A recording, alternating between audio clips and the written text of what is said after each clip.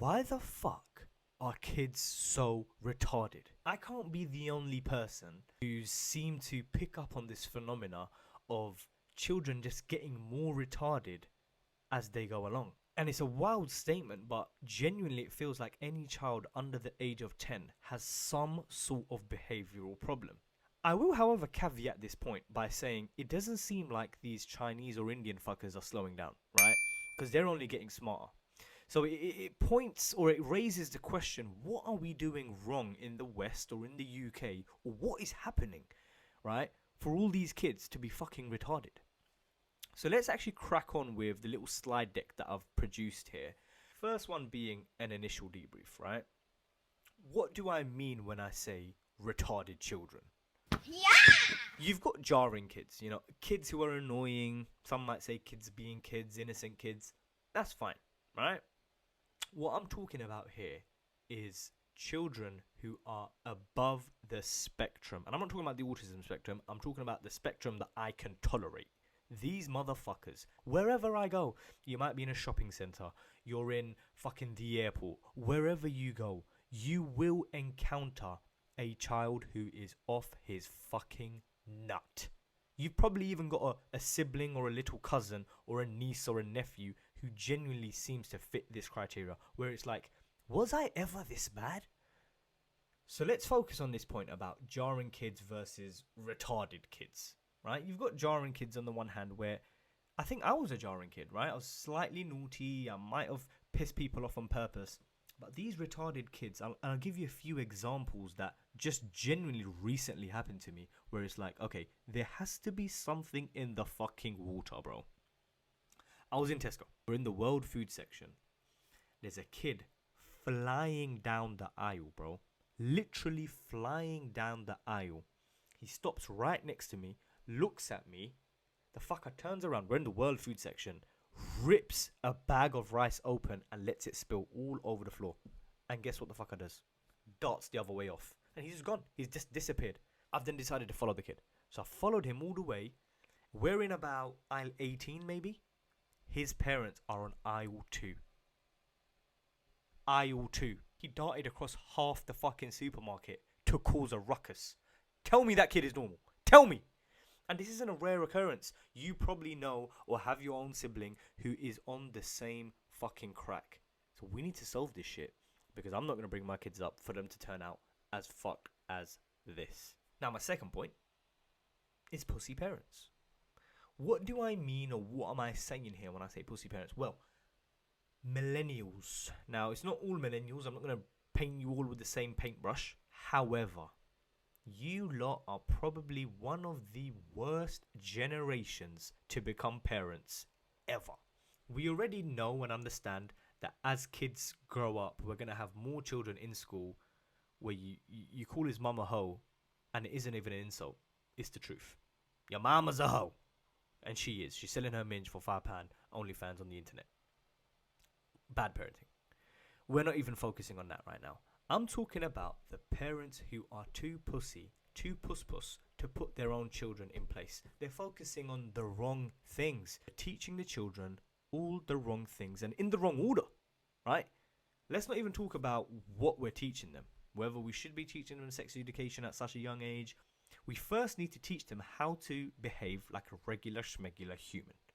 How to have decorum, how to have manners, right? And I think the issue with that is a lot of you parents who have found yourself to be parents and you've got kids don't have manners yourself. So how will you teach your child basic manners? Instead, you're teaching them about, you might not be a boy. Billy, if deep down you feel like a girl, don't worry, I support you and you can take a surgery to change all of that. Now, the next point that I've got here is school is for fools. I know a few people are resonating with that point. Now, what I mean with school is for fools, I think firstly, let's clarify what part of school am I talking about here. In this case, where we're talking in between of the ages of 3 till about 9 or 10, we're primarily focusing on primary school, right? Secondary school, you kind of go through a curriculum, learn a few more complex topics and stuff that really doesn't help you in life. Whereas in primary school, you're really learning the fundamentals. You're learning how to spell, how to form a sentence, basic table manners, and stuff of the sort. Now, I'm not mentioning this point of school is for fools to argue the point that don't send your children to school, because that's not what I'm saying here. The issue is the schooling system that currently exists, and I can only talk for the UK, is fucking terrible.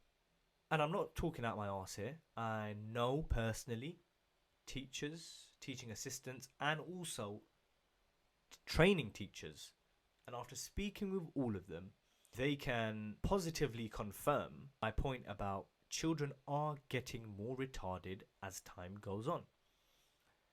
Now, if you're someone who is my age or above, I want you to ask yourself, when you was in primary school, how many children in your class were special needs? Right? We used to call them SEN, special kids. I called them retards, whatever you want to call them, right? How many did you have in your class? You might have had the odd one or two, right? And if you can't think of any, it was probably you. The issue we're having now is it seems that 1 in 3 children in the classrooms are now have some sort of behavioural problem. So my next point is iPad kids. Because I feel that a huge reason of why we're seeing this increase in fucking retarded children is literally because we have a generation of iPad kids. I will also caveat this by saying a lot of these kids grew up or were born in COVID.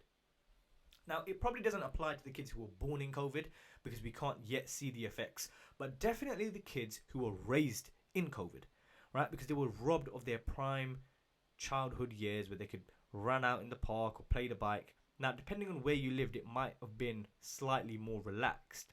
However, I think it's across the board where any child who grew up within lockdown or had a portion of their childhood in lockdown spent a lot of time on some form of screen, whether it was a video game, the TV, the iPad. We're going to call them iPad kids for the sake of this argument. Now, there's 3 things that I have mainly attributed to these iPad kids, right? The firstly is screen time. The second is play patterns, and the third is parenting style. So let's actually start to focus on screen time. What is it doing? What do we even mean by screen time, right? So I think firstly, let's talk about if a child is spending so much time on a screen, even the best of parents, even the most understanding and the parent who's got it all under control will fail to truly monitor what your child is taking in, right? You won't be able to know. I think the main problem is the pussy parents, going back to it, is you're fed up of the child screaming and shouting the house down, so you've just chucked them on the iPad and you've forgotten about them. Because now they're finally quiet. Now they've shut up, right? You put the TV on and they're watching Coco Melon or whatever the fuck, and they've finally shut their trap. So now you as a pussy parent can go back to doing whatever the hell you were doing. And the second thing, right, on this issue of screen time is how it detrimentally affects psychological well-being. It's not just amongst children. Think of you. Think of yourself when on the weekend you've decided to cancel all your plans. You feel like you want to be lazy, so you've spent majority of the day on your bed or on the sofa scrolling on your phone, right? Aimlessly, mindlessly scrolling. And think about how you feel at the end of that day. Because majority of the time you feel like shit. You haven't achieved nothing, and you know that all you've done is consume rubbish. You filled your brain with junk. Now you have the benefit, the added benefit of being a fully developed grown adult. Now imagine what that could do to a child. Imagine what that could do to a child who can't even fully formulate or understand his own emotions. So when they do feel down and they start to lash out and act crazy, and I'm calling them retarded, but genuinely I mean this from a place of care. Think about what all that screen time is doing to them, right? They're being robbed of sunlight. They're being robbed of breathing fresh oxygen in their lungs. There's so many effects that having children glued onto a screen has that I don't think we are speaking about enough, right? And it's only when you start to look around and you see that, oh my days, every other kid is a fucking retard, right? They're screaming up the place. They have no behavior, they have no manners. They are unable to behave in a proper way. And I don't have high standards here, right? I'm just comparing to how children were just a few years ago. The next segment of this iPad Kids is their play patterns, right? So what all this screen time is doing is robbing these children of prime childhood. I'm just wondering, like, will kids even know how to ride a bike? Because these parents are working from home, they've got their child glued on the TV, glued on the iPad. When are children going outside? And it feels like whenever you do see a child outside, they're reacting so negatively because they're not used to that environment. They're not used to being outside. They're used to being in the comfort of their own homes. But what sort of generation are we raising here, where being outside has a negative effect on them? Like, what the actual? And the second is the link between using a portable media device, let's just say a phone or an iPad, and the direct link it has with sleep. And I don't think this is something that should come as a shock to anyone. I think for a long time we've established even little things such as, no blue light an hour before bed, or that affects your sleep quality, right? Now, we also know that children are forever growing and growth happens in sleep. So if your child is one of these children that needs to watch TV to drift off to sleep, think about the effects it is having on them. Think about effects on the child's growth, right? But it is sad. It is sad that the play patterns in children are changing. It makes you wonder, what will these children be like in the future? If they've never done creative painting, finger painting when they're growing up. Now, I'm not saying this is all kids, but remember, the issue we're trying to find out is, why are all these kids retarded? And I feel a huge number of them are these kids that didn't grow up painting, didn't grow up playing football in the local park, didn't grow up riding bikes. Instead, they spent their time indoors, on the phone, on the computer, and now look at them. Moving on to the third, which is parenting style, right? Parental influences, specifically, the point I want to talk about is screen time. Again, it's going back to that point of pussy parents who are too lazy to raise and look after their own children. We already know, especially in the West, that the number of children per household has reduced. And even with that reduced number, people are far too lazy to even raise their own damn kids. They're dropping them off to breakfast club or the nursery, they're going to work and going about their lives like nothing's changed, right? Adults who happen to have children, not parents. I think that's the huge factor here, where it's, you need to yourself as a parent make that lifestyle change in order to facilitate this new human being that you've brought into the world. You can't go about your life like the same. It genuinely won't work. I think the issue that we haven't been able to connect is, there's also a huge rise and increase in behavioural problems, and I think there is a direct link between the two, right? So people are making the observation that, wow, every other kid has a special educational need or a behavioural problem. And then also, in another sentence, we're saying, fucking hell, these kids are all glued to their screens, but we're yet to make or distinguish the correlation between the two. And I think it does need to be addressed. If you're someone like me who at first didn't understand what a developmental screening test was, really all it is a test that helps identify children who are more at risk for stuff like cognitive or motor or communication delays, right? These stuff can interfere with their growth, their learning and development and stuff like that, right? And so these are a few points that I've got just from one of the research papers that I've had a look at. Practitioners are advised to emphasize the importance of high-quality caregiver-child interactions without the distractions of screens. That's what the researchers say. That's what the scientists say. The practitioners, right? Spend time with your child away from the screen. If you don't want to believe me, that's fine, right? But listen to the people, the researchers, the scientists who have been able to clearly distinguish that there is a link between screen time and development and growth, right? Now, we can start this video on a funny note and calling them retarded, but genuinely there is a problem here and it needs to be addressed. The next point I have is schisms and schisms, right? Now, again, we're kind of hitting this at a light-hearted angle, but genuinely, this is a topic of serious importance. Around 157, so that's 1.76 children in the UK are on the autistic spectrum. This is significantly higher than previously reported.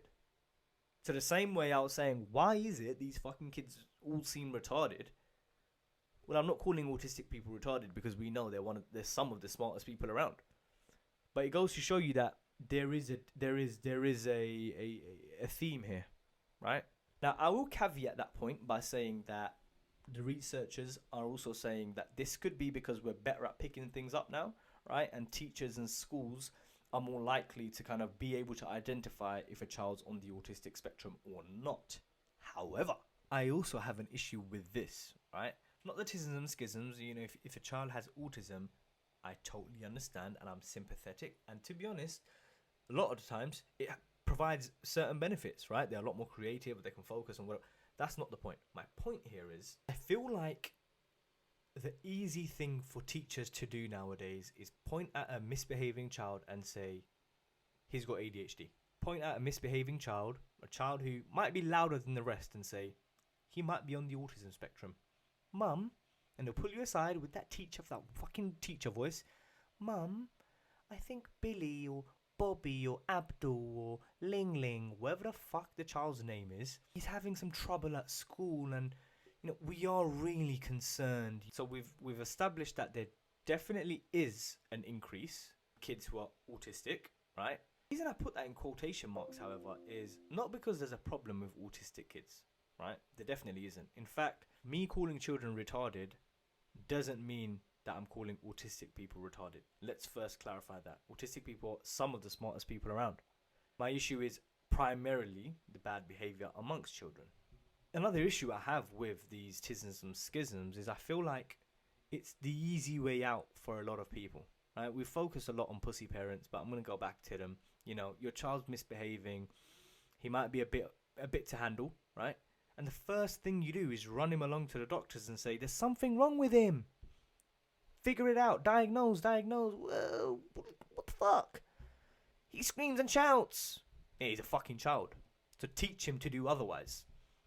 Don't enable him by, oh, little Billy shouts, little Billy screams. Take him to the doctors. Oh, he's got some sort of behavioural problem. Little Billy, you've got a behavioural problem. So rather than fixing his behaviour, rather than teaching him, right from wrong, or showing him where he's going wrong, you're enabling him. I think it's a cop-out, an easy way out for teachers and parents. For a teacher, it's like you've got 30 kids in the classroom, so the one or two who are fucking about more than the rest, you're just going to quickly call up mum, put on that little teacher voice. Mum, I think we genuinely need to have a conversation about da-da-da-da. Listen, these are all shit I've heard. I was a naughty kid in school. No one's called me autistic or ADHD, whatever the fuck. Now, I might be, but my point here is I've gone through life perfectly fine.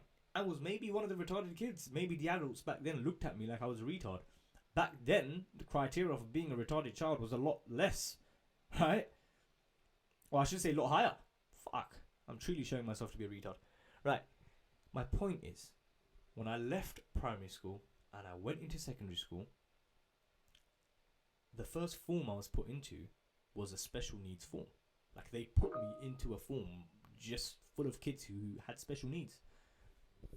The issue was, I felt like I wasn't fucking special needs, and I ain't.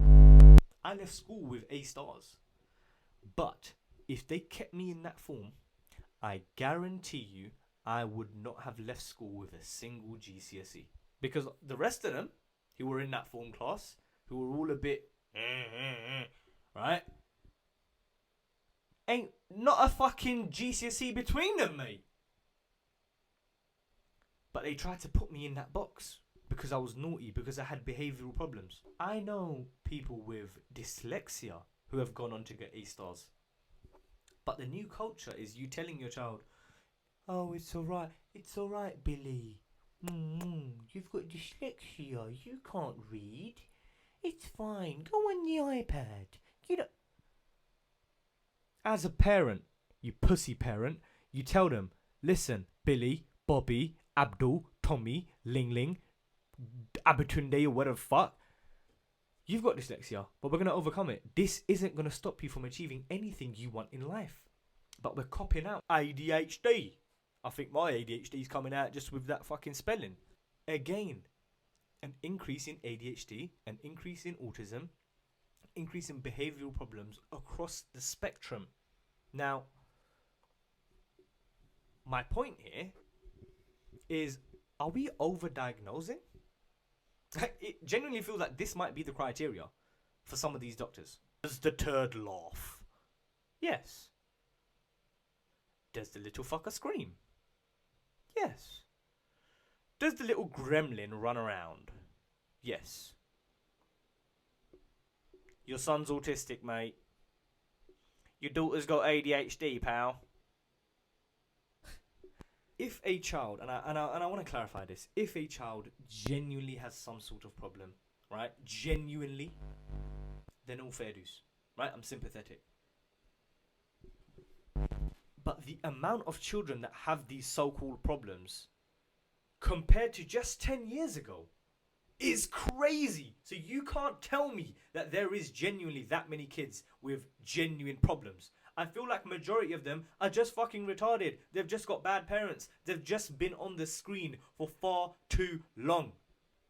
Like, you can't tell me so much has changed just in the last 10 years for there to have only been maybe 1 or 2 children with special needs per class in primary school to now, in the space of 10 years, over a quarter of children in a class have some sort of behavioural problem. What's changed? What's changed? Nothing. I'll put it down to a few things, right? Starting with that overdiagnosis that we mentioned. I feel like these doctors are writing off anyone with ADHD or autism, because I've got people around me, right? I've got children around me who are being in the talks of or have been diagnosed with these behavioural problems. So it's not far from home. I'm talking this from a place close to my heart. And if these children have behavioural problems, I guarantee, I know it. I would have been classed as a child with behavioural problems growing up. But the problem people are failing to understand is, once you tell a child something like that, like you've got tell a child you've got a behavioural problem, just the effects it will have on him or her is astronomical. And I think, again, it boils down to that pussy parenting. You're too lazy. I'll concede it. My son could have one leg. I'll tell him, son, you're the fastest runner in the world. You got to make them believe it. The power of the mind is crazy. And once you implant seeds of doubt in a child, that will always be within him. That will always follow him into his childhood, to his death. He'll always have an easy way out within himself or within herself. I couldn't achieve this, but it's okay, because remember, when I was a child, I had behavioural problems and Conclusion. Let's get a few things clear. This video isn't meant to bash or put down any children who have learning difficulties. For real, right? If a child actually has some sort of problem, then let's deal with it, right? Put in procedures in place to help that child get the best learning and development and growth that they possibly can. The main thing we're talking about today is the huge number of retarded kids. We've got jarring kids down here. They're just kids who have annoying tendencies, but nothing too major. And then we have kids who have genuine learning disabilities and behavioural problems, like genuinely, right?